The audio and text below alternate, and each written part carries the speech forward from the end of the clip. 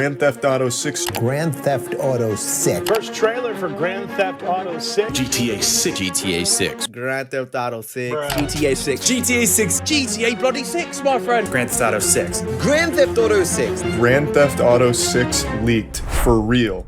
Grand Theft Auto 6. The most famous name in gaming history that doesn't even exist yet, or might ever exist at this rate. Just kidding, Rockstar, take your time, but if you delay it again, I will cry. But why? Why is a game about stealing cars, killing people, robbing people, and giving money to very talented dancers? Why does a game series like this garner so much attention from the news, from clickbait YouTubers, from trustworthy YouTubers, from theorists, young, old, kids, adults, you, me? Why is a game series like this so famous? And why is this game series so immortal? In this video, you'll learn about the history of Rockstar, the history of Grand Theft Auto, the controversy surrounding the games, the innovations they bring to the gaming industry, and the future of Grand Theft Auto.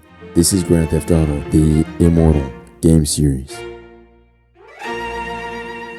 The story of Rockstar Games dates all the way back to 1998, but kind of 1997. See, before Rockstar, there was BMG Studios. Sam and Dan Houser are two brothers working there, but they knew nothing about programming. However, in an exchange where Take-Two Interactive bought BMG, Sam Houser was appointed to be the president of the newly found Rockstar Games. Let's take it back though, because the story of GTA does not really start there. A year prior, in November 1997, DMA Design and BMG Interactive published a game for computers. This game was the start of it all. Grand Theft Auto, originally developed under the name Race and Chase, was met with mixed reviews upon its release, but was a commercial success and also a controversial success. Rockstar Games wasn't a thing at this point, so the story of Grand Theft Auto doesn't necessarily start with Rockstar Games, but it starts with the two brothers behind it. When Take-Two Interactive appointed Sam Houser to be the director of Rockstar Games, this new studio got to work as they were appointed to direct and develop the upcoming Grand Theft Auto entries. Seeing as how the Houser brothers were the sons of an actress, Geraldine Moffat, it's basically in their DNA to create and be part of action-packed, controversial entertainment. I mean, Geraldine Moffat starred in a movie called Get Carter, which was a very controversial movie centered around crime and action. Sounds familiar, right? It's like foreshadowing from their lives' upbringing. BMG was a record label, but later on, the company decided to create a new branch, BMG Interactive. And in this new branch, as I've stated before, the first Grand Theft Auto was made. And after that, when Take-Two Interactive bought BMG Interactive, Rockstar Games was formed. This is where the company would start its journey to solidify themselves as the company to create and publish the best and most controversial games and game series ever. But in this video, we're only focusing on this series right here.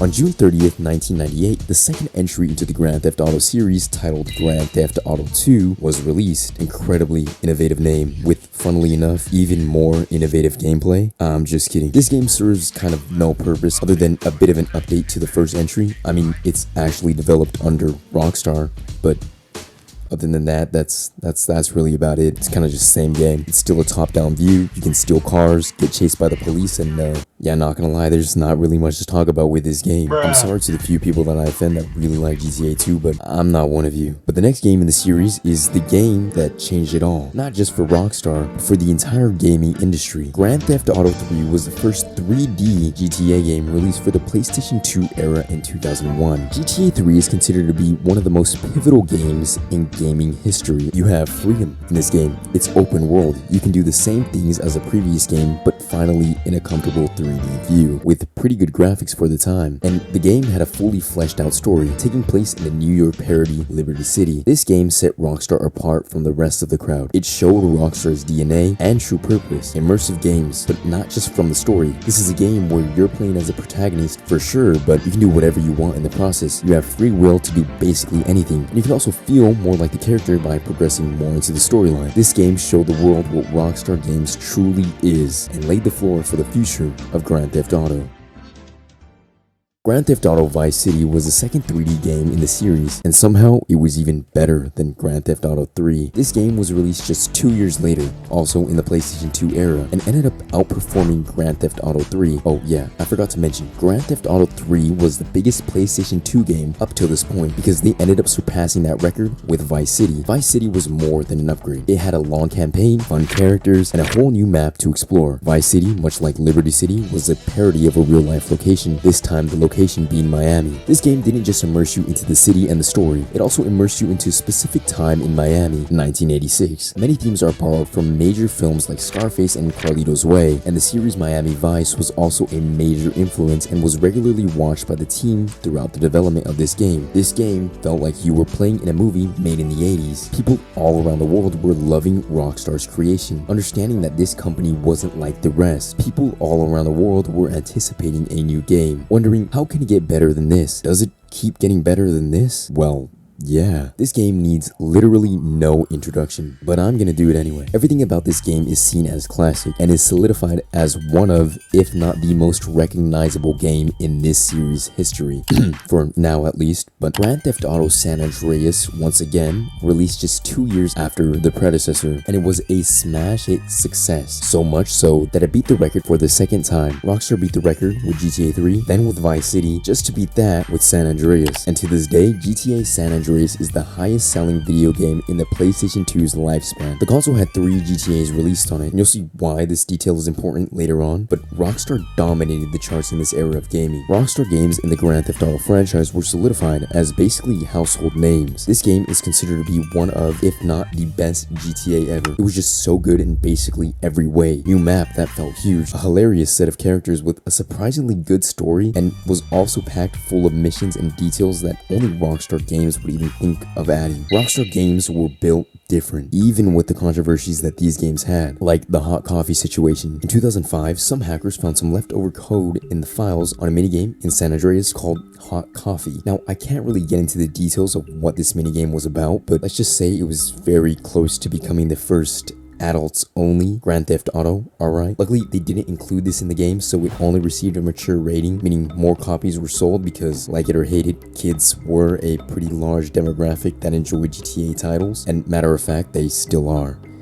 Yeah, this is still a thing. They also had a very serious controversy with GTA 3 when a real-life event was said to be inspired by the events in the game. This real-life event took place in 2003 on a highway, and the 16 and 14-year-old brothers behind it confessed to the police that they were inspired by what happens in GTA 3. Since Rockstar Games were really the only ones doing this crime-based, semi-realistic games, this got them into a very dark controversy, with even more people now claiming that video games are making people violent, which at this point in time, a lot of people believe. I mean, video games like this were still brand new. People didn't like the fact that these games were so violent, and they believed Rockstar Games should be banned from making more, and that GTA should be pulled off of the shelves. At the time, there was no evidence to prove that these games don't directly lead to violence, and that led to parents and news sources to give Rockstar and the GTA series a really bad rep. Grand Theft Auto is bad.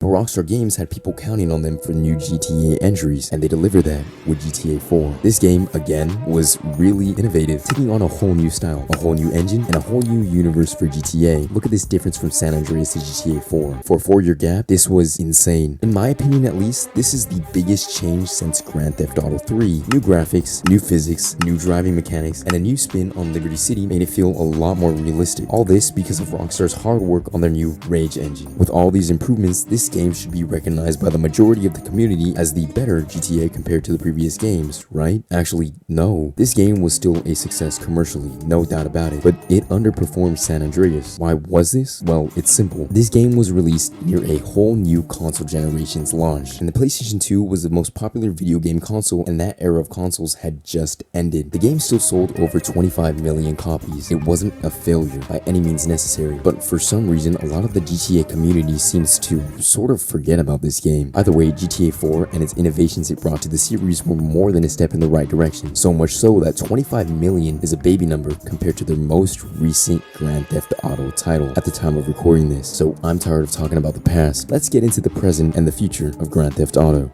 Although being released nearly 11 years ago, Grand Theft Auto 5 is still the most recent game released in the series. If you're asking why, I have one simple answer: GTA Online. It's the reason why this game has lasted so long. Grand Theft Auto 5 is the biggest game in the series yet. Being set in a whole new version of Los Santos, GTA 5 has probably the most fleshed out story of all the games, and the most funniest and most memorable characters in the story mode. But instead of doing what the previous entries did, like GTA 4, adding adding DLC for the story mode, they decided to completely abandon that in favor of the online approach. This is, in many people's opinion, the reason why they lost respect for Rockstar, going all in on the online approach and essentially letting this entry be the longest running cash cow for the company. They didn't just go all in on the online approach. Over recent years, they added so many changes to the point where it feels like this game has lost all of its soul. From futuristic vehicles to overpowered weapons to Rockstar robbing the player instead of the player robbing inside of the game. Grand Theft Auto 5 is the second highest selling video game ever. It took the world by storm. With such a highly praised and insanely popular video game, you would think that Rockstar would be excited and very transparent about the future of GTA entries. But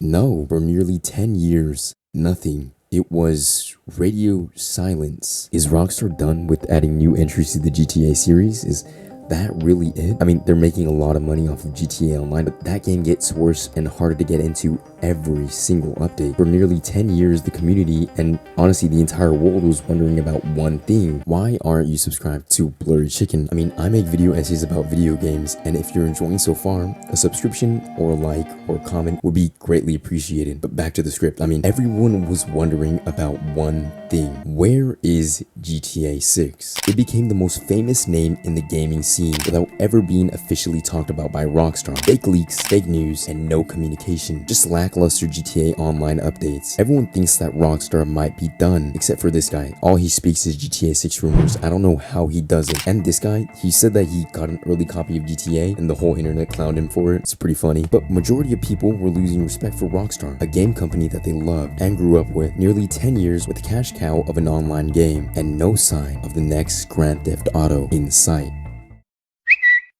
Finally, a little bit of communication on where GTA 6 is. After 10 years of knowing basically nothing, thinking that Rockstar Games was abandoning new entries into the series, finally, we got some real information on when we will be seeing GTA 6, or at least seeing a trailer. Finally, some footage of the biggest name in gaming history. But before that, there was actually something I forgot to mention. GTA 6 had a massive leak in September 2022. The internet went absolutely crazy when this happened. I'm not gonna go too into depth about the situation because everyone has went into depth about the situation, and I'm also pretty scared of Rockstar's parent company, Take-Two. But long story short, some guy with a fire stick decided to hack literally the most secretive company on the planet and released over 90 minutes of development footage of GTA 6 on the GTA forums. The internet went crazy. There were for some reason a lot of brain-dead people mad at Rockstar because the game looked lazy and unfinished, because it was unfinished. The next day, Rockstar actually put out a statement that confirmed that the leak was real, and they said that they will show us the details of the upcoming entry when they are ready. It was basically the biggest leak in gaming history.